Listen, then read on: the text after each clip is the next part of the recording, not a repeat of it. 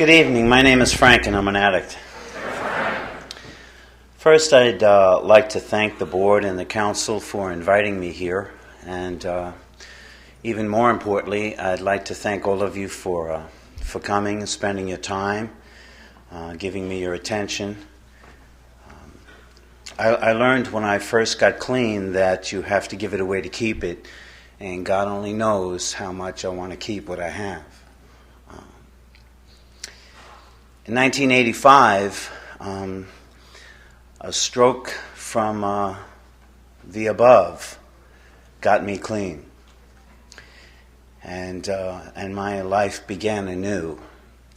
And you know, across the country, I was talking to someone earlier. Across the country, you know, different places, different fellowships, even different groups. You know, we have our different little rituals and different openings, different closings, and I was born and raised in New York. I spent 37 years there, and we always called it an anniversary. And now I'm in Phoenix, and they call it a birthday. And I can't. I can't. And I probably because I'm stubborn. But one of the reasons is because I really was not born when I got clean.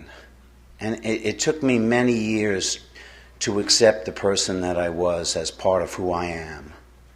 That it wasn't that I was a dark being until that day, and then I found the light. It's that I've always had dark and light within me, and I choose which to follow. And the choice has been hard. It was hard for me. Also in New York, they call what I'm doing qualifying. I have to qualify for my seat here, and I have to let you know that I qualify. And because of that, I'll tell part of my story before I got clean. But I want you to know that it's not the important part. When I was 10 years old, I was a fat kid. I was an abused kid, and I knew some kids in the neighborhood that were thin, and I wanted to know why they were thin, and they did methamphetamines. So out of my crowd, I snuck out behind everybody's back, and I started doing methamphetamines, and I drank beer with the kids. I was 10 years old. At 10 and a half, I was shooting heroin and cocaine, and doing anything else that was available. At 11 years old, I was a full-blown heroin addict. I had a habit of $100 a day, and it was in 1963. And any of you that were old enough in 1963, you know what $100 a day is. And, how did I get that, you might think?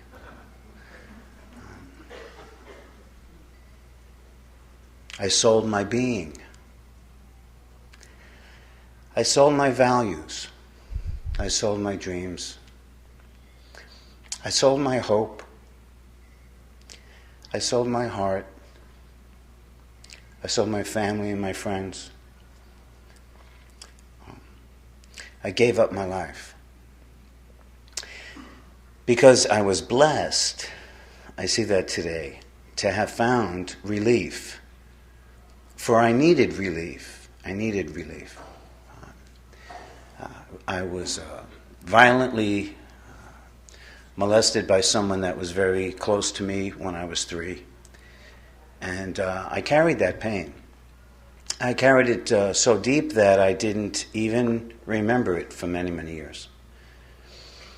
I was emotionally abused on a daily basis, and I couldn't even describe what that was like for me. I was a Brooklyn boy. And the streets of Brooklyn are hard. I taught myself how to brush my teeth, and I taught myself how to shower. And I showered in New York winters in a bathroom that had no insulation. And there was a crack around the window, and it would be about 10 degrees in the bathroom. And my father, at the age of 9, took away my bed and told me to take a pillow and a sheet and sleep in the corner of the floor and he'd find a way to get me a bed. And I slept on that floor for 10 years. Why I tell you that is because it's the same pain everyone feels. The situation is different, but it's the same pain. You know, the thing that we have in common is not just addiction. The thing we have in common is lack. We lack. We lacked hope. We lacked love. We lacked understanding. So we sold our dignity in hopes of finding that. I used every day from 10 until I was 32. I was a pimp for a while, and then when my heart couldn't take doing the things I had to do to continue that job, I became a prostitute and sold myself because I thought it would be easier. It wasn't. I've carried a gun at my hip just about every day since I'm 14. And I've robbed innocent people. I've pistol whipped the elderly for their Social Security checks. I've embezzled, and I've committed homicide. And those are the things that I remember. And in 1981, I was very blessed. I had one thing in my life. I had this job that was really vitally important to me. It made me socially acceptable. It was the grace of God that I got the job. And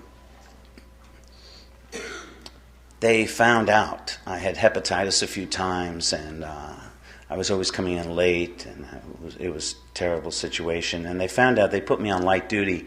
And when they put me on light duty, I was still using. You know, I was always trying to put a little shade on it. You know how we put a little shade on it? You ever notice the only shade is in front of our eyes? Like everybody else sees what we're doing. It's just, you know, I just closed my eyes and I thought I had shade. And I remember that my boss, the head of the department, came to me and said, I have an option for you. We think that you have a problem with addiction. And you have a choice. Either you ask for help now, or I start giving you tests. And if you fail, you're fired. And I couldn't be fired. I was a New York City firefighter, and I couldn't be fired. It was the only humanity that I had left. See, I could pistol whip your grandparents during the day if I knew that I could pull people out of buildings at night, because it gave me a sense that I wasn't completely bereft of humanity. And they wanted to take it, so I would do anything. I wouldn't stop, but I would do anything else. So what I did was I went to treatment, and it was a wonderful place up in the country, and it was an all boys and girls camp, and it was great, and we had a handball court in the woods, and we played, and I was a drunken junkie from Brooklyn, and if there's one thing I know how to do, it's survive and manipulate. And that's what I did. I found out that there were these 12 steps and traditions, and that they were really important to this particular thing they were trying to get me through, so I memorized them. And then I started carrying around our book in a leather case, so that everywhere I went I had this. And I wore this black sports jacket, and people started calling me Father Frank. And I like that. I kind of like that. You know, it made me sound like I had some kind of stature somewhere. And I would talk about the steps. I had no idea what they meant, but, you know, I learned something when I did methamphetamines. What I learned was that if you talk long enough, you can convince anybody of anything. Because sooner or later, they're so tired, they're not thinking clearly anymore. And they'll agree just to shut you up. So I did that for a little while, and I found out that these two guys that I was really very attracted to, these guys were just so like magnetic. Didn't know what it was. They were drinking. That's what it was. They were drinking. And I found them drunk one night, and I was really hurt. I said, I've been here weeks now, and you're actually getting drunk, and you're not inviting me, and I just can't believe that. So they said, okay, well, we have some left, and we'll get drunk tomorrow, and you can get drunk with us. So I did.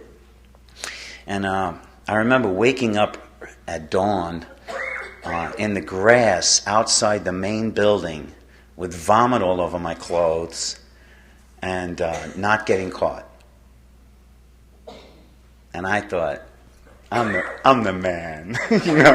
I really am the man. Like, nothing touches this kid. This kid is just like so slick. I am above these mere mortals, And so I went and I washed up and I came back for breakfast, and while we were cooking, I said to one of them, his name was Joe and Nikki.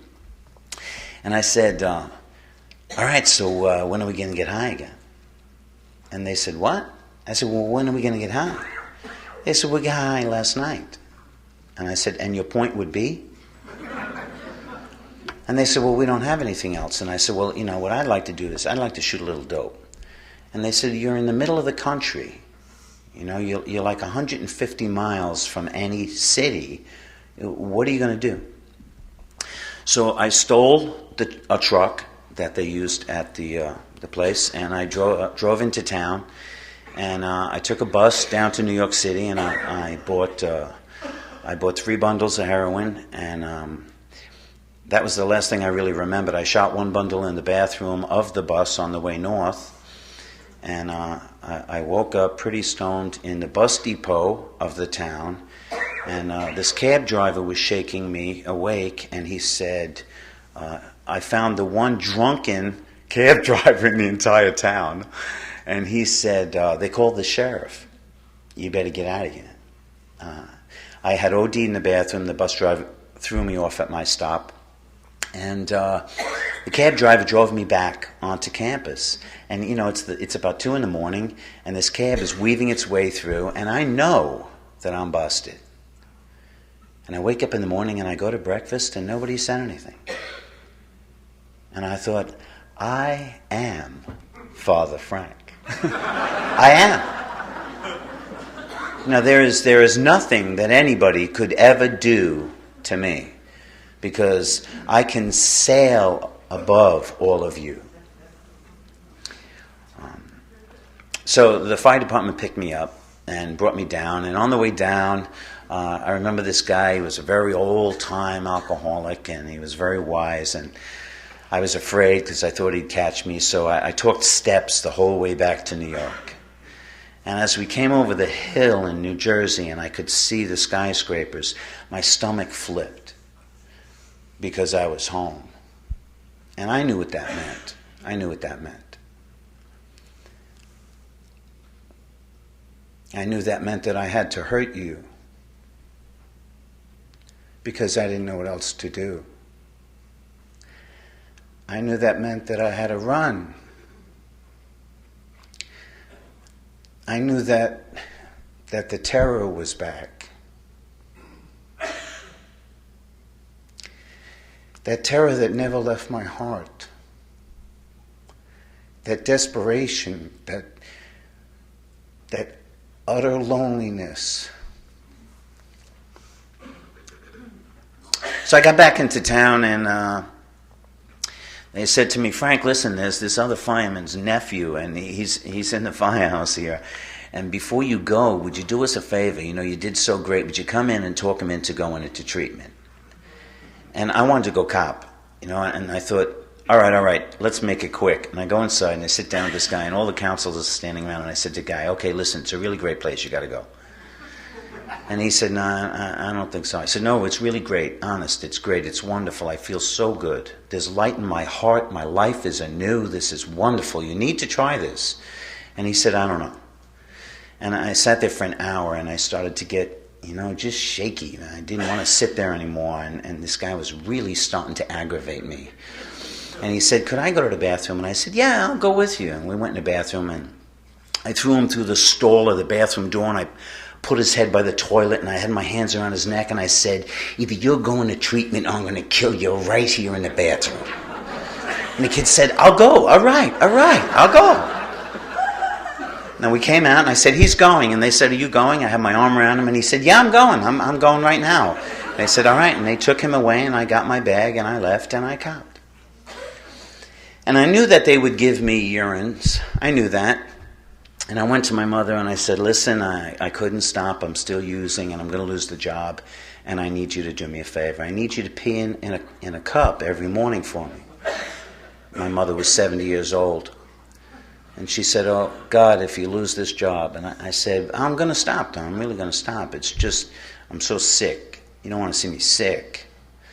So, can you give me $500 and pee in this cup? And my mother did. And I used to pour the cup into an empty methadone bottle. But, nowadays they're round. But in those days they were square. And I taped it under my testicles.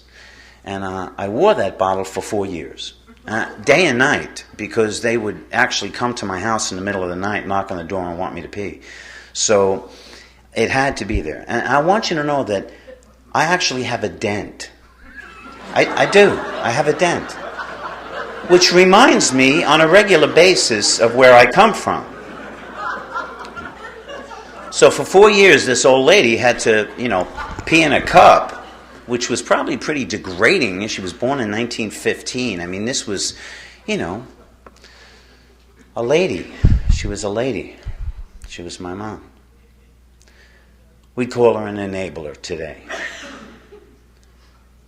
She was more than that. She was my mother. My mother was a failure at a number of things, like us all. But the one thing that she was that I truly praised her for was a loving woman. She loved me. She didn't know how to do that right. She didn't do it right. Never helped me. But she loved me. And she went to her grave loving me. And I want to tell you that was a hard thing to do. I wasn't a lovable person.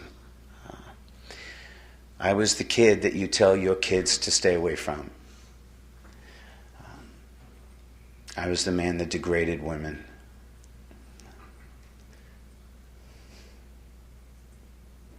I was the dark part of this country. But throughout it, there was something inside, deep, really buried inside, that always let me know that really wasn't who I was, that I was more than that, that there was something for me to do. I just didn't know what to do. And on Christmas, I used to sit in a shooting gallery with a beer, and I'd shoot dope and drink beer and wish I had a high-powered rifle for all the families that were walking by downstairs. And I used to see them with their presents, smiling, and I used to hear the speakers blaring out of the bodegas, Feliz Navidad. I used to think, Feliz my butt. The more I saw people happy, the more miserable I was. The more I struggled, and the more I struggled, and the more alone I felt. And if that's the word that I could describe my life, it would be lonely, except that word doesn't touch what it was. It was despair. Back in those days, there was no medical help. I knew a couple of guys that had stopped shooting dope, and it's because they died. I know a lot of guys that went to Attica, most of my friends, To this day, all of my friends are either dead or in Attica. My first arrest was 3 counts of attempted assassination of police officers, and the sentence was 90 years to 3 life terms. Life went downhill after that. And what happened to me was, after these 4 years, of course, when I came back and I was still using, they made me go to meetings. They said, you have to go to these meetings. And I said, what meetings? And they said, well, AA meetings. And I said, oh, okay, I'll go. When do I go? And they told me the hours I had to go, and I went. And I went every day. And I met this one old guy, and he said to me, you don't belong here, but there is a place that you belong. And he said, it's called Narcotics Anonymous. And I didn't like the guy. I had been thrown out of a lot of places, and I didn't like this guy. And I'm real blessed with the fact that I put the blame where it belonged, on one man, and not on a peoplehood. Because what happened was, he gave me a gift. I found that there was one meeting in New York City, just one, Tuesday nights, for Narcotics Anonymous. And I went there. I went there stoned. I shot up in their bathroom. I drank beers in the alleyway before I went into the meeting. I carried a .45 in my back. In New York, they opened up the meeting by saying, if you have any weapons, drugs, or drug paraphernalia, please take them outside, because you are welcome, but they're not. And the first meeting I went to, I stood in the back of the room, and I thought, if the gun goes, I go. I have to stay, the gun stays. And I know you don't have any, so try to throw me out. It made sense to me. And the chairman came over, and he was a convict. He'd been out about a year, and he has this long blonde hair and these overalls. He looked like Farmer Green jeans or something. And he came over and he threw this bear hug around me, which really upset me a lot.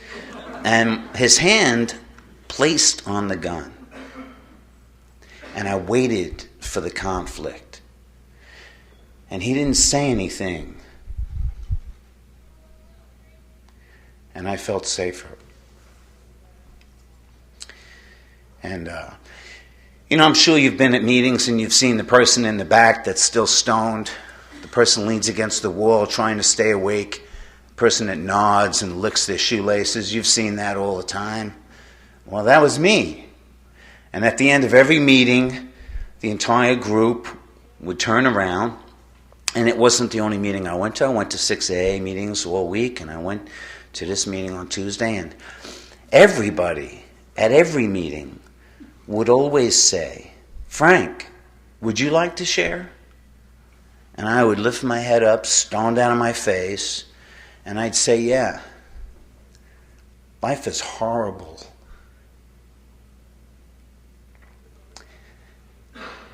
I can't do this anymore.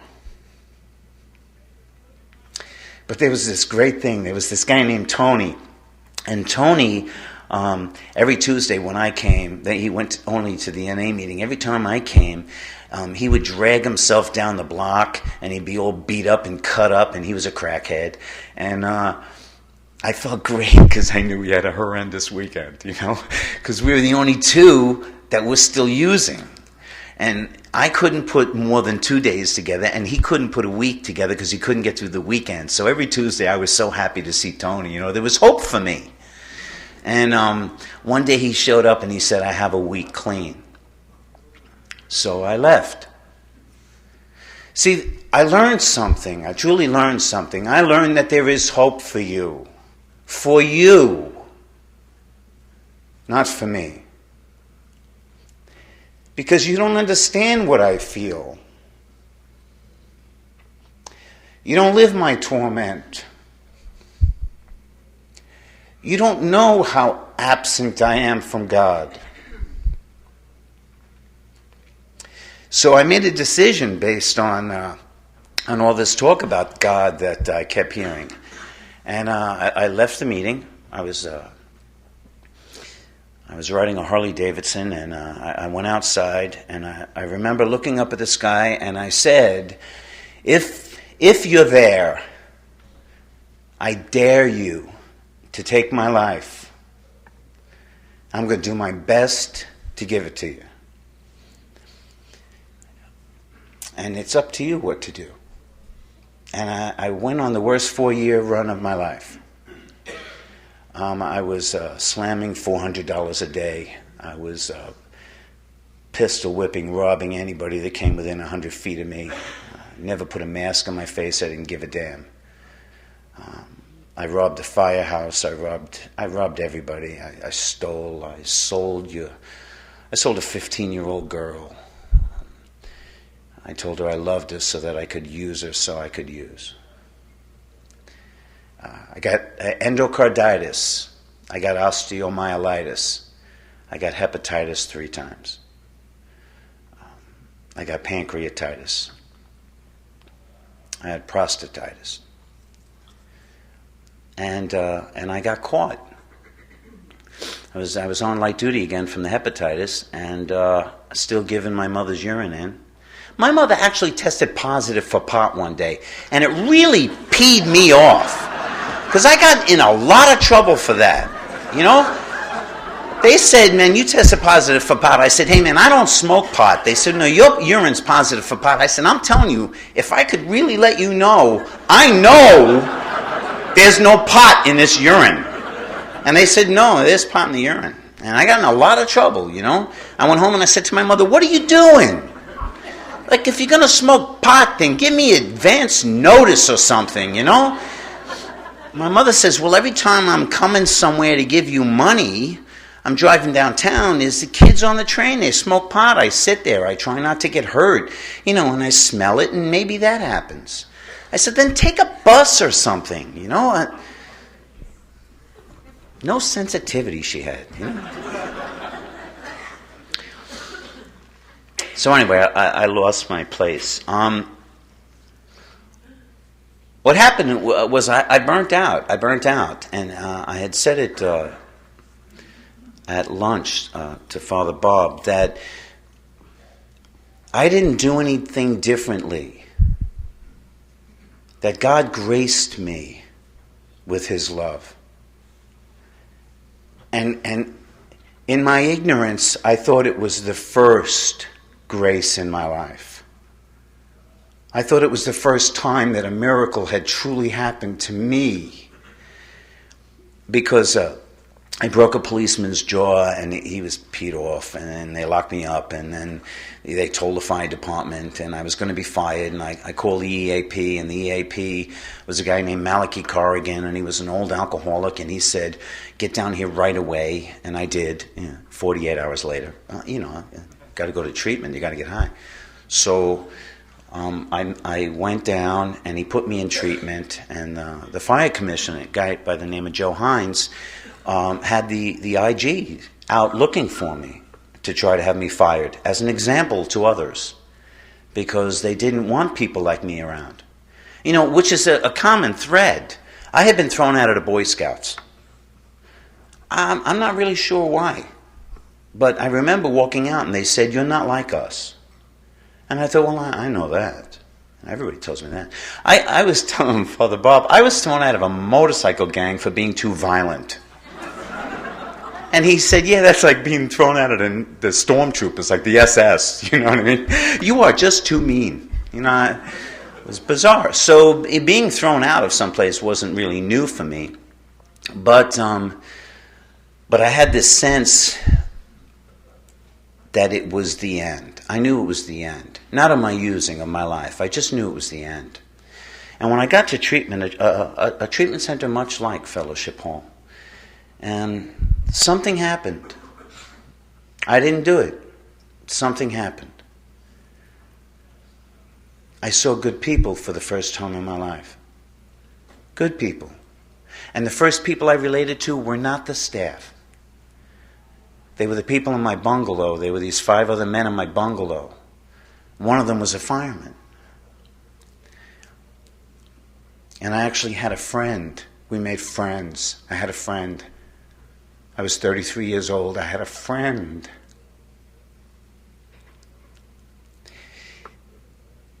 He loved me so much that he would tell me the truth. And if I did something wrong, he would tell on me. I never had that.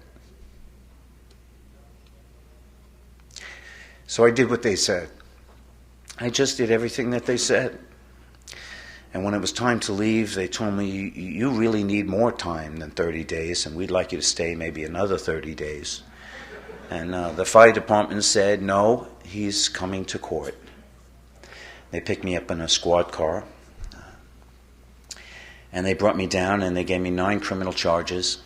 And in my first 6 months of recovery, I lost them all. And when I had 6 months clean, I was fired, and they put my name in the paper, New York Daily News and the Post, on the 3rd page, and it said that I was a heroin addict, and I was fired as an example to all other junkies. And my mother got a phone call from my family members that said that they didn't want to know me anymore. And at 7 months clean, they told me I had a degenerative lung disease, and that's why I coughed so much, and that I wouldn't see January, which was pretty bad because it was October. And I came to meetings. And you know the people at meetings, you see them every now and then. The one that when it's their turn to share, they got to stand up. You know, that was me. I used to stand up, and I wouldn't just talk. I would yell, and I would yell at you. And I'd say, I hate you. I hate all of you. And this is the last place I would pick to be in the world. In the world. And life sucks. And when I finished, everybody would clap and say, keep coming back. And there was this African-American guy that was the only guy I really related to. He sat next to me. He was homeless. He lived in a New York shelter. Let's not even go there. But he lived in the New York shelter. And he used to get up and say, I'm going to burn this place to the ground. And everybody go, keep coming back, Anthony. I love that. I started thinking, I'm not really the only psycho in the world. Like I thought that people that would truly like me were all locked up. I didn't know that they let us out. And this place was starting to be really weird. And some people looked really nice. I mean, they were dressed nice. The women were beautiful. They didn't look like the psychos I was used to. And but they were psychos. And I liked that. Boy, that felt good, And they told these horror stories, and everybody always laughed. And I thought, wow, if I told that to the lady on the corner, they would call the police. But somebody finds humor in the things that I find humor in. Like the time I shot up with urine because I had no water. And isn't that sick? It's so sick. So sick. I spoke one time, and my psychologist, I had about 6 years, my psychologist, she said, would you give me a tape so I could hear what you're saying? I said, yeah, and I gave it to her. And the next week I went in, and she looked at me really strange, and I said, what? She said, I have a question about that tape. And she said, well, yeah. I said, yeah. And she said, well, what the hell is so funny? And I thought, you don't get it. You just don't get it. I used to wear this medallion from the fellowship, and somebody said to me, that's really nice. How much was that? And I said, much more than you ever want to pay. Let me tell you. You might like these steps, but you don't like the road to them. And I stayed clean. January came and went, and I was all right. They told me my mother was dying, and they told me that I had to tell her because the rest of my family were too weak, and I was the strong one. And I remember sitting in a conference room full of doctors and nurses when they told me that I was the strong one. And I said, you don't understand. I'm a Brooklyn junkie. I get high because it's cloudy. This is my mother.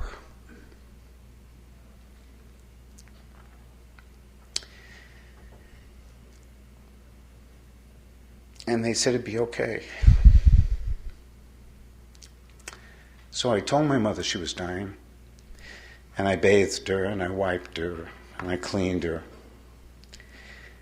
and I placed her in a body bag, and I buried my mother. And at the funeral, 6 of my family came, and 300 people came in recovery.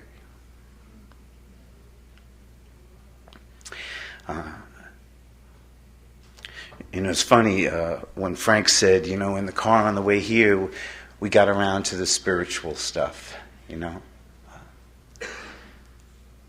That's all there is.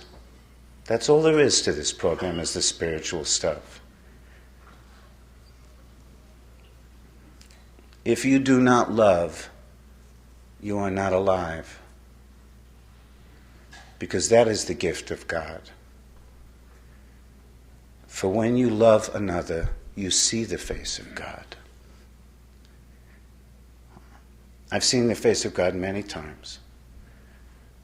I've felt His hand on my shoulder. I was going to a meeting. I had a big fight with my father. I was in my first, I just got out of rehab. I just left the Inspector General's office. I knew I was going to jail. I knew things were really terrible. And my counselor had said, don't go home because your house is like the Addams Family.